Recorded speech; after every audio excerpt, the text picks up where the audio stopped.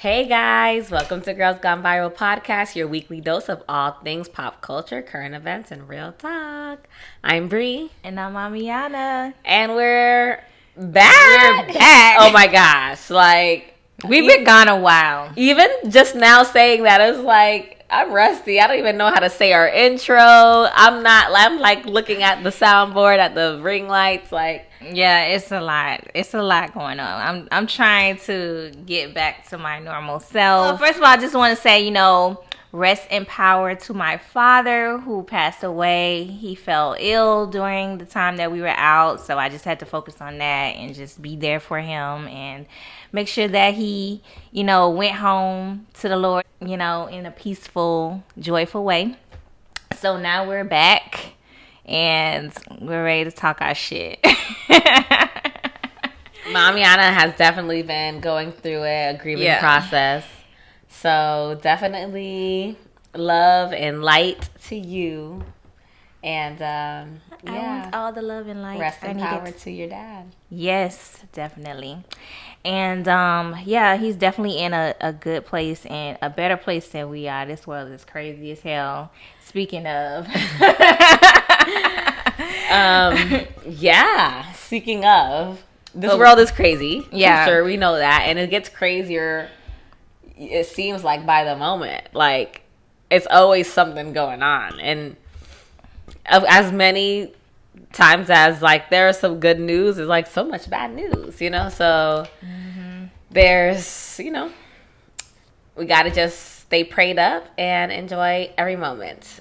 But with that being said, let's get into the viral topic this week. It's kind of been the viral topic for some time now. I'm ready to just get the verdict for this court case so that we can know who did what. I don't think even after the verdict is made, we're going to know the truth of what really happened that night. But of course, we're talking about Megan Thee Stallion and Tory Lanez. Mm-hmm. And now we have a third person involved in this, which is Kelsey. Oh my God. So what's on your mind about this whole thing? It's so confusing. Personally, in the bottom of my heart, I do believe that Tory Lanez shot her. You do? Yes. But it's so many conflicting things that are happening that creates that reasonable doubt, right? So that's the whole purpose of going to court. Is one side has to create that reasonable doubt that makes you be like, well, did he shoot her? I'm not even really sure. So first of all, Kelsey, who was Meg's friend at the time, or almost like best friends, they were really close. That whole situation is crazy. So they got into it because Tory basically spilled the beans in the middle of the argument between him and Meg. Tell her what's going on. So Tory basically wanted Meg to tell Tory that Meg and Tory, tell Kelsey that Meg and Tory have been sleeping around behind Kelsey's back, which Meg was trying to hook Tory and Kelsey up, and it was just that alone was just that's messy right there. So honestly, so two things. First, you said you feel deep down in your heart that Tory shot Meg. Why do you feel like that? Because it was his weapon. It was his gun. It was found. The hot gun was found on him. Then there was a situation where Meg has never changed her story. She has always said that he was the one who shot her. She's never wavered. I'm not really sure. She was very adamant and has never wavered and said, Kelsey may have shot me. Mm-hmm. It's always been Tory shot me, right? Then Kelsey, right after the shooting, texted the bodyguard of Meg and said, Tory just shot Meg, 911. Right? So this was right after the shooting. So tensions are high, emotions are high, and that was her first response, is to text Meg's bodyguard out of protection for Meg that Tory just shot her. So those first initial things makes me think he definitely shot her. But then it's his DNA isn't on the magazine. it's so for me. I don't know who shot her because confused too. Because they were wasted. They all have different stories. They were wasted, and when you're drunk like that, and I'm just only talking about drunk. Who knows what else what other feelings they were feeling? You know what I mean? But even just being under the influence of alcohol, intoxicated, like you don't like. Only one time in my entire life have I been intoxicated to the point where I lost recollection of what happened. And I didn't even feel like I drank that much that night. There has been times where I drank more and I didn't have that reaction, so I don't know, maybe it was what I was drinking, or I have no idea, but only one time in my life I've been intoxicated to the point where I don't have any recollection of what I did that day. Thankfully I was safe. I was with people who were I was comfortable and trusting and safe with, but that was some time ago, years ago, and to this day I don't remember anything. I have pictures of like, look, you was here doing this, and I was like, I have no recollection, so I only say that to say this.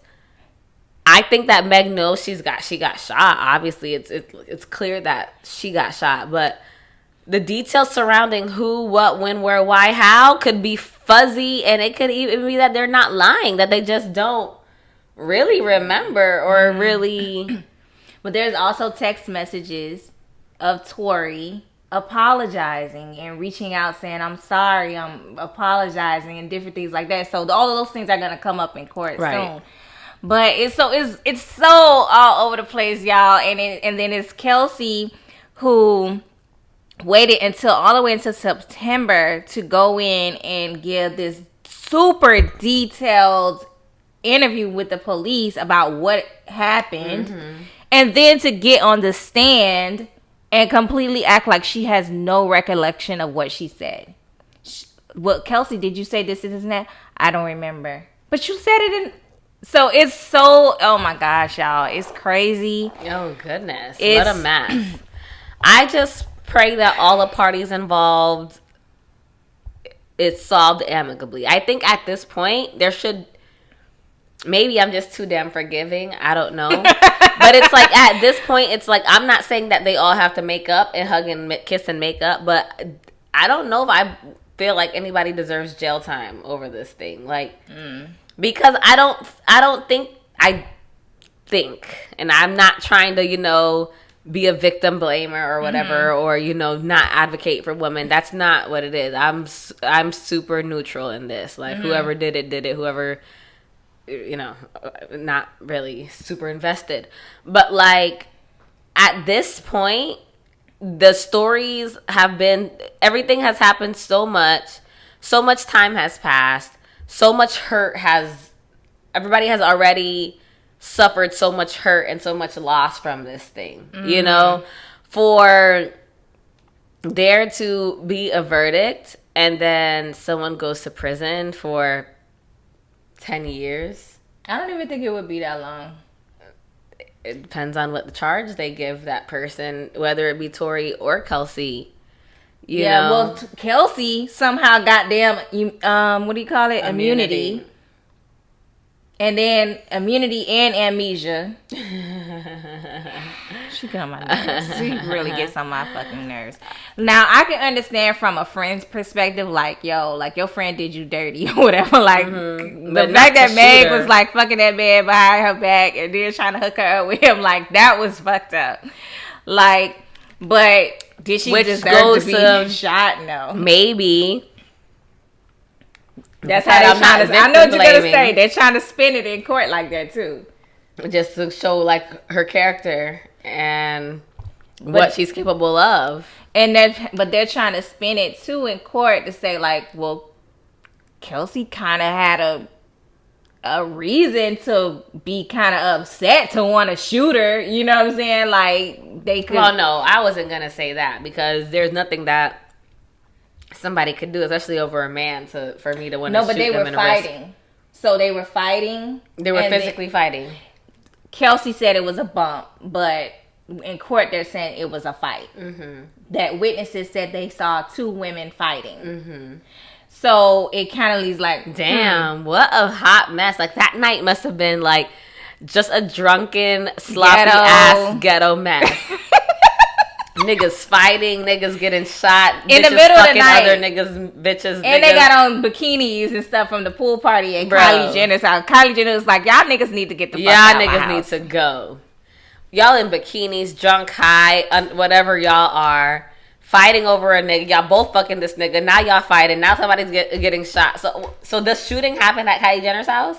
No. After they left, because the fight started. I guess like the disagreement started at Kylie's and once it house. started getting elevated, Kylie Jenner's security was probably like, y'all niggas need to get the fuck out. Yeah, but I could definitely see that Tory could have shot her because basically like they started hitting below the belt. Like Meg started saying like, oh, you can't rap, your career is this, and and she started hitting his ego, right? And so at that point, it's like... But it's like, at that point, he's already been all up in your guts, girl. Like, for you to talk about his career, it's like, you wasn't complaining about his career then, like, sister girl. Like, I feel like when you're insulting someone that you're sleeping with, it's like... like, I feel bad for you, but... Nah, that's why you gotta be careful who you give your coochie to, because like a woman can never really one up a man once he has slept with her. Like it's nothing you can really say because he's just like, well, I still got your pussy anyway. Like it's just it's nothing she could really say because it's like you still gave him the coochie. Like at the end of the day, no matter what you say, if you say he was 4 feet, which he is. You gave it to him. Bless you. You gave him your one coochie. More is coming. I'm allergic to this conversation. No, I'm kidding. You're allergic to this bullshit. I don't know. I can't say I feel the same. Like I feel like a man that I slept with, I could still be like, I'm not gonna say, oh, and your dick small because I was obviously writing it. Like that's not the one up you can get on a man. Okay, what's the one up? What's the one up after you done gave him the coochie? What's the one up? Being the one that got away, damn it. Yeah. You're begging and crying and the voicemails like... But he ain't begging and crying. He shot her. Elation. But you said that there's nothing that a woman can do to one up a man. Bitch, I will post the crying voicemail. I'll post the voicemail where you're like... the snot. Yeah. Good pussy, bitch. That's how. That's why he like that. One up, motherfucker. But that's a good one. But let's switch gears a little bit, right?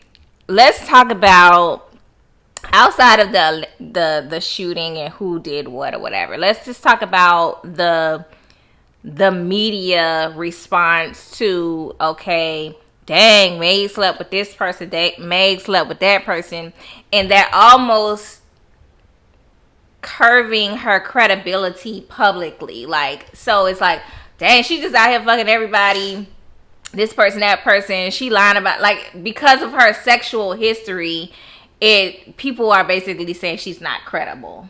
I think that's crazy because your sexual history has nothing to do with your credibility, especially in terms of violence. Like, one has nothing to do with the other. Mm-hmm.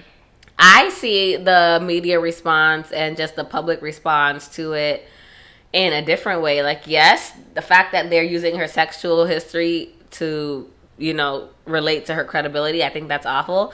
But just the fact that she is a victim, she's been abused, assaulted, whatever it is, regardless of how it happened, who did it, what the reasoning behind it, what she did to encourage them to do it, the state of mind they were in when it happened. Like, despite all of those things, this woman got shot, and people are just dragging her. People are using that situation to bring up irrelevant facts or alleged incidents about her sexual history. Like, rappers are taking jabs in songs, yes, putting lines in songs like punchlines. Correct. And it's like, I mean, at least, even if you don't believe Tory did it or you don't have an opinion about it, that doesn't mean that you kick this girl while she's down, you know? So that's what I feel like, you know, she's not really being protected or embraced and like held close in this vulnerable time, you know? Yeah. I also feel like it created a divide between men and women, not in total, like truly, but over this topic. I think that women are more on the side of advocating and promoting, or black women, I should say, protecting Megan, you know, versus men, in particular the Samuelites. Like, oh no, she got a high body count, so she deserves to get shot. Not in those words, but like, yeah. Yeah, and she actually brought this up in court where she talked about just basically feeling like she is the villain, like she's not the victim, like that Tori is becoming like the victim in a situation and she's becoming the villain, and how people are bringing up her sexual history. And you know, and it's kind of sad. She even talked about like wishing that she would have gotten killed, like wishing he just like killed her, because she wouldn't have had to deal with like the backlash, the humiliation, the embarrassment. And I think that's really tough, because it's like us knowing like Meg's like background and her history about how she's lost both of her parents, she's lost her grandparent, her grandma, something like that she was really close to. Like, this is a lot to go through, like, when you don't have, like, those core people's, like, that core foundation to, like, lean back on. Like, if you had mommy sitting next to you in court, if you had, you know, it would be totally different. She's but literally by herself. It's her and her lawyers. Yeah. Who she pays to be with her. I haven't even seen her boyfriend.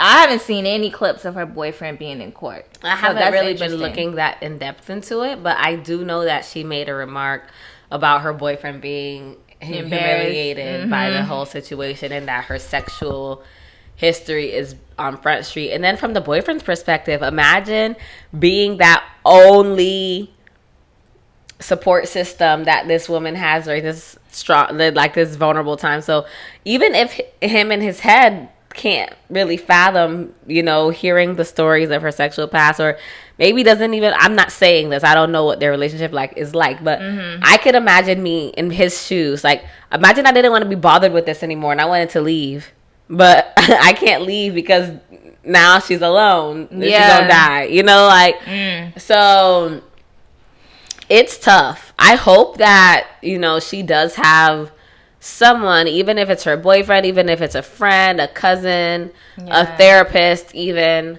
that is just supporting and uplifting her in the backgrounds and the sidelines, because mental health is real. And I hope that she wasn't doing it for sympathy, which is what a lot of the people on social media were saying when she did mention that, you know, she wished that he just killed her. People were just like, now you're reaching, you're looking for sympathy, but what comes out your mouth comes from your heart. And I hope that she is supported and, you know, in good spirits during this, because if, God forbid, knock on wood, something happens and everybody's going to turn it into a sad story when 5 minutes ago it was a laughing stock. So, yeah.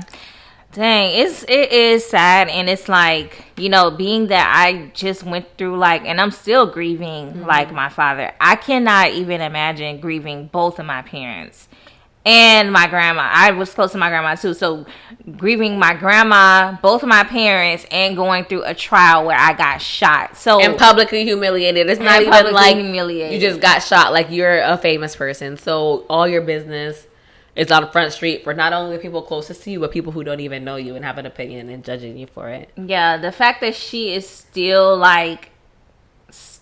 working and just putting her best foot forward and just like not giving up and just being resilient. She don't got no choice. She owes the record label money.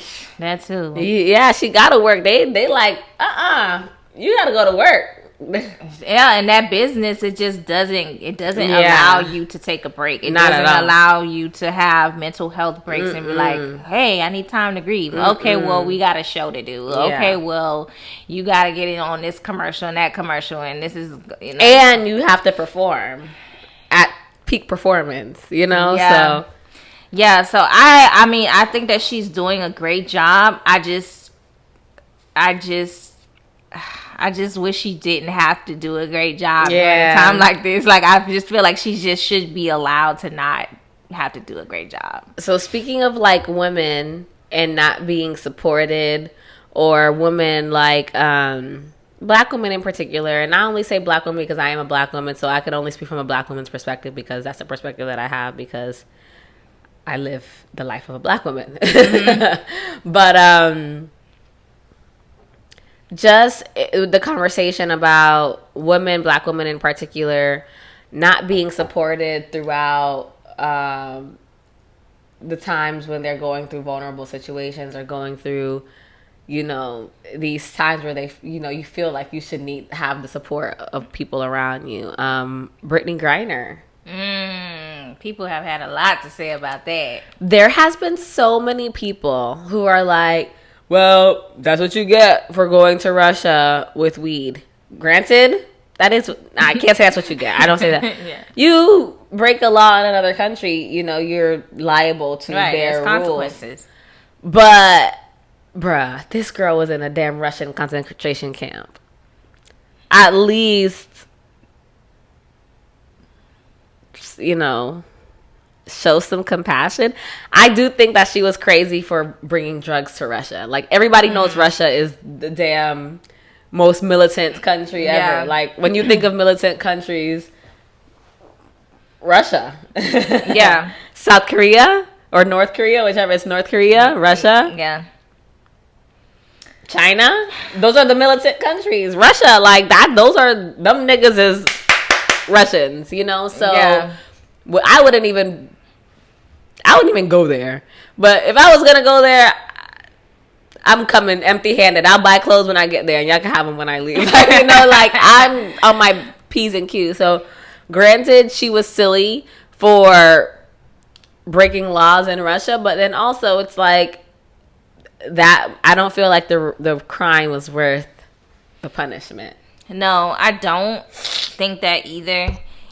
But I personally don't understand the backlash. Like, all of a sudden people are these political advocates. I just think it's crazy how you know, people are basically kind of like saying like she's not worth being, like, it should have been somebody else that got traded and brought back and not her. Like, and it just shows like how society really views like the black woman, especially a black queer woman. So it's like, you're trying to tell me that no matter what the circumstance is, this woman does not deserve to be back here. Like, no, I don't care who you got to trade, bring her back. Because who did they traded her with a Russian arms dealer. Yes. But I'm saying, like, if they said that she didn't deserve to be back, okay, we give the Russian arms dealer back, and then who do we get? Oh, they wanted the guy Paul, what's his name, Paul Whelan or something like that. Who is he? I don't know. He's also in Russia? But he's an American, and he's trying to get back home too, but Biden didn't bring him home. I'm sure they're probably trying to get him home, but they brought her home first. Because of the public outcry. Yeah, they brought her home first. But they say women and children first. That's reasonable.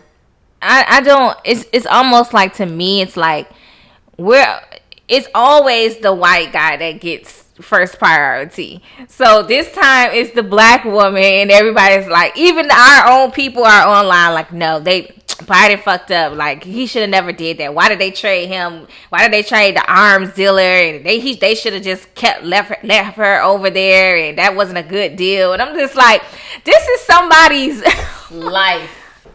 She was in a damn Russian slave camp, and this is not no criminal. Like, this is a person who, yes, she got caught with like a small amount of marijuana. Right. Like, this is not no criminal. Like, this woman don't deserve to be in no damn concentration camp. Right. Like, what? Right. And, like, I don't care who you got to trade. Like, bring that lady back. She don't deserve that. You know. Right. And it just goes to show you how, like, the media and the police and just society, even our own people how that little look just like how little value they place on Black women's existence. Right. Let her go there and just be lost in history, die away in a concentration camp in the middle of winter in Russia. I don't understand that, because Black women have always been the pillar of the Black community and white society. It was Black women who was nursing white babies. It was Black women who was washing their ass. It was Black women who was cleaning their house. It was Black. So it's like Black women have always been the pillar of society, the support system. We've always been the one that was in church. We was always the one that's, when we did get the right to vote, we were the first ones to vote. We're still the leading voters of all of society. We're the highest educated of all of society. Like, we're always overachieving, right? But then when it comes to these type of situations, like, nah, you don't deserve to be free. I think that's how it always works out in society, that the person that works the hardest often gets the least recognition. So I can just see that there's gonna be another time for Black women to shine. Like, I don't know, in heaven. Sheesh, we gotta wait till we die. Like, look, if you want to shine, go ahead and in heaven. Top tier location for Black women. Y'all, like, I mean, are we ever gonna get our crown? Like, we do so much. Like, it don't make no sense. We do so much. So my I guess solution to that for myself is that if I don't get the recognition from, you know, society and the world and people and this and that, I'm going to go find people in my life that I choose to bring into my life that give me that recognition and that fill my cup. And so that is like priority for me, to like navigate my own personal world and my own personal experience and the people who I have around me, because that is what's going to affect my experience, because outside don't care. So next to me, inside has to be that. Yeah. Which is, you know, like with Brittney Griner, her wife was on it. Like, her wife, from the beginning to the end, never let up, was right there, and, you know, so she had that rock. Meg doesn't have that, you know. Feel so bad. Right. So feel so bad. But what about Shanquella Robinson? Like, that was another crazy story. And the LGBTQ community has been very quiet about that situation. And is that lady really trans? The one I don't know if she's trans, but I think that entire trip, the people involved were part of that community. You know, I don't know if the girl was trans or not. That has been kind of speculation. But there's definitely involvement within the LGBTQ community in all the people who were on that trip. So I feel like Shanquella Robinson she dipped in so many pots. Like, when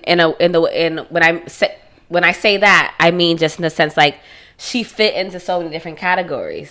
The woman, so the feminists are not. She's a woman, but the feminists are not promoting for her. She's Black. I can say the Black people, like, overall, like, they're the only ones who, like, really came to her rescue.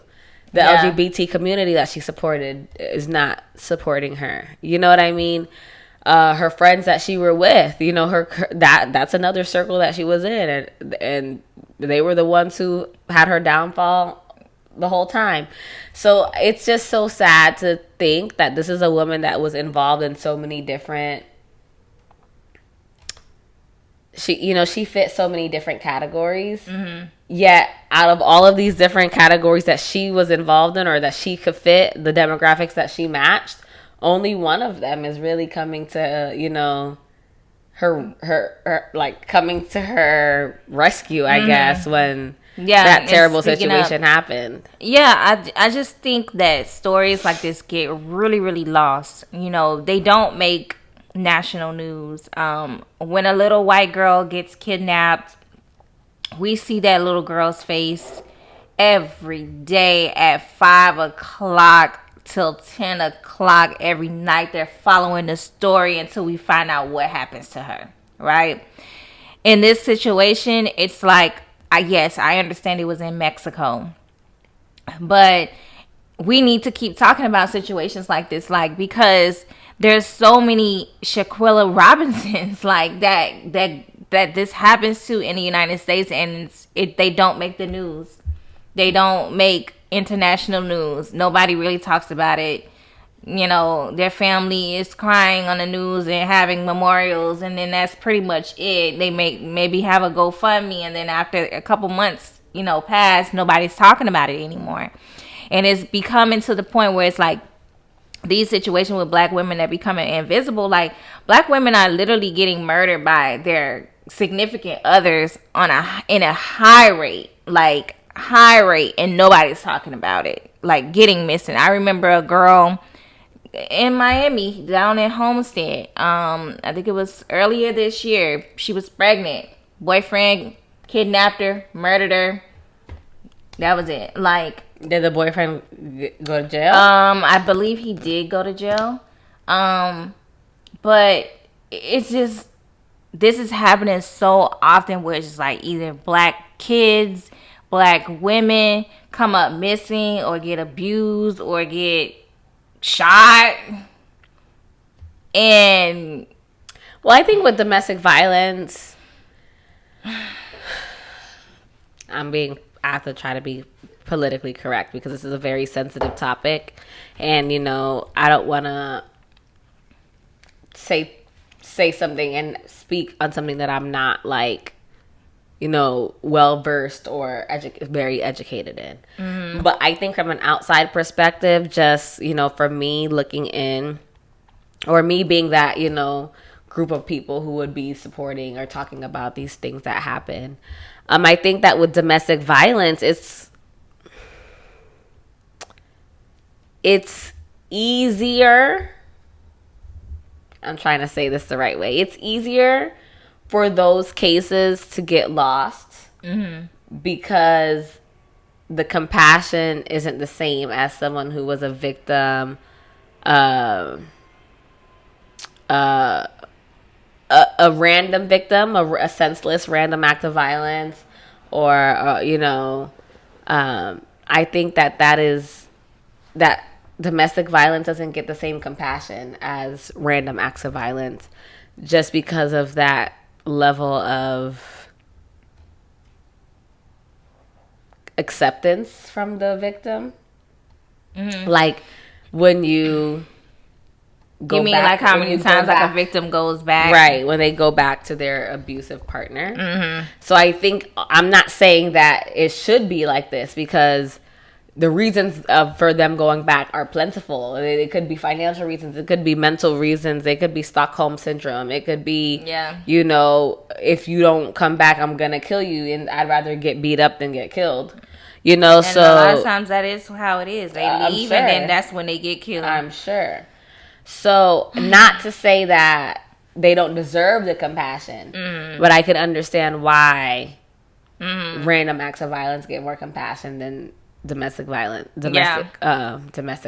Yeah, it's more complicated. Yeah, it's definitely more complicated. It's more like, oh wow, this could happen to me. She was just minding her business, walking down the street, and this happened to her. Versus domestic violence, where people, even though it could happen to anybody, there's a lot of times where people just say, oh no, that could never be me. Because if somebody did that to me, I would do da da da da. Mm-hmm. But you don't know what you're gonna do until you're in that situation. Yeah. But it's easy for somebody to just dismiss it and say, she asked for it. She deserved it. She wanted it. She shoulda, coulda, woulda. Mm-hmm. So. Yeah.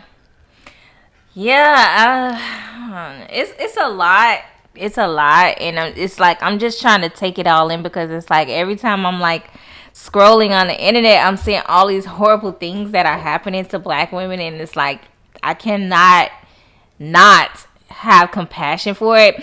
And it's so much information that a lot of times we become desensitized, you know. So it's like, oh, okay, another person got shot. Oh, okay. I honestly try to eliminate those things from my algorithm because I don't consider myself an empath, but when I see these stories and read the comments and everybody's putting their 2 cents and giving all these different opinions and there's just so much information being thrown around, it becomes overwhelming for me. Yeah.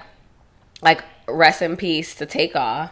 Oh, yeah. But when Takeoff passed, the first post that I saw, breaking news, I deleted the app for that day.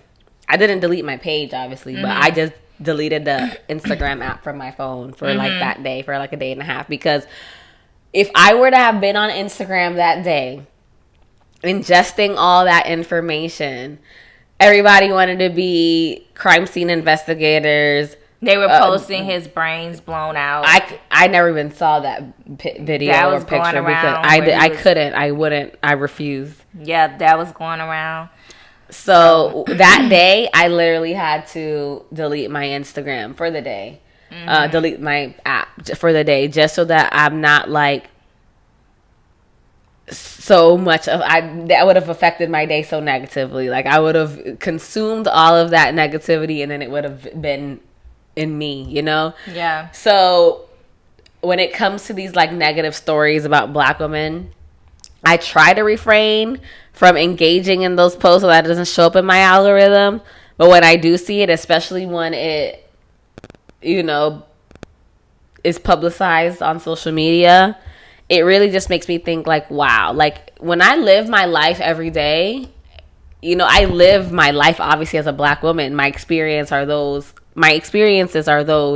that a black woman would experience. But like, I don't think about it all day long. Like, wow, I'm a black woman. Like, you know, I'm just walking down the street, living my own life, seeing the world through my 2 eyes. Yeah. Not realizing that everybody else is seeing me as a black woman. Yeah. You know, it's so interesting to think like that. Like, do you remember when we were in El Salvador? And we were like walking and everybody's just like, and everybody was asking us like, why did you come here? Yeah. Like, and they were curious. They were interested. They weren't like, you know, dismissive. But I was like, that was one of the times where I was like, yo, I forgot that I'm black. Like, yeah. like we were like the life of the, like, we were at a club and everybody was looking at us. Like, yo, I'm really black out here. Like, that's really good. Like, it's lit. Oh, yeah. Check out our El Salvador episode. I don't remember what episode it was. It was like episode, I don't know, like in the beginning. Yeah. But that was a fun episode. That was a really cool one. So definitely check that out. Yeah, but and definitely tune in moving forward. Like, we're back. We're better than ever. Yes. So check us out and tune in. Yeah, I know what you're saying though when you talk about like not realizing. Well, not realizing, but you're just living your life. Like, it's certain times when I'm at work, because like in my particular department and on my floor, I'm the only black woman, and nobody treats me different. Everybody's super nice. I love my job, but there are times where it's like I just want to say something like that I feel like is relatable to me, and it's like there's nobody to relate to. Like, I try to talk to them about certain things, like, you know, like it was some phrase that my supervisor said, and I was just like, huh, what does that mean? I've never heard that before. And she was like, you've never heard anybody say that? I'm like, no. I was like, people don't really talk like that where I'm from. And she's like, well, where are you from? I was like, the hood. And she was just like, so, you know, uncomfortable that I said that. So it's like, it's definitely one of those situations where I know that I'm the black girl at work. You know what I'm saying? And it's just like, yeah, it's just, it's only in those situations where it makes it, you know, it amplifies, like, oh shit, I'm black, right? Like, you know, and like, it's like you have to also realize that, like, especially in the workplace, like anything that you say or do, even if it's, you know, a very inclusive workplace and everybody's nice and kind, whatever, they're not treating you wrong, but anything you say, like, even for when, like, oh yeah, there was a white man at my job and he was like, so they're saying the same thing. Oh yeah, there's a black girl at my job, and she whatever she's from the hood. Yeah, and this is what she does, said, did, whatever. So like everything that you do, you kind of have to do it in the sense that the world is looking at you as a black woman, and even if you don't meet that stereotype of what others might think black women are, that's the lens that they see you through. So it's very interesting. I think, but you know what? I think even though I feel like at times when it comes to our emotional and our mental state, we can be invisible to the world. But I think in our own little community, like in the black woman's world, we are so we acknowledge, we advocate for each other. We advocate for each other, and we acknowledge each other. Like it's just something like, okay, so remember I told you, like, I'm the only black girl, like, in my department on my floor. Well, we had a company Christmas party, and I got to see that there were, like, tons of other black people in the company. They just work at other locations. And when I walked in, they were all sitting at the table together. So everybody knew each other except I didn't know them. And it was just like I gave them like this smile and this like nod. And like, they were come on over, sister girl. Yeah, it was like they gave me like this hey girl. And I was like, hey y'all. So it's just like, it's this love that we have for each other, like that's just kind of like unspoken, and we know when to step in, we know when to give each other love, we know when to be like, girl, your hair, okay, I see you. We have like our own language and how we talk to each other to like boost each other's self-esteem. And I guess we have to, because if we don't do it, who gonna do it? Nobody's gonna do it, child. So with that being said, yes, thank you guys for watching our return episode. I want to say like debut, but it's not the debut. Our like welcome back episode.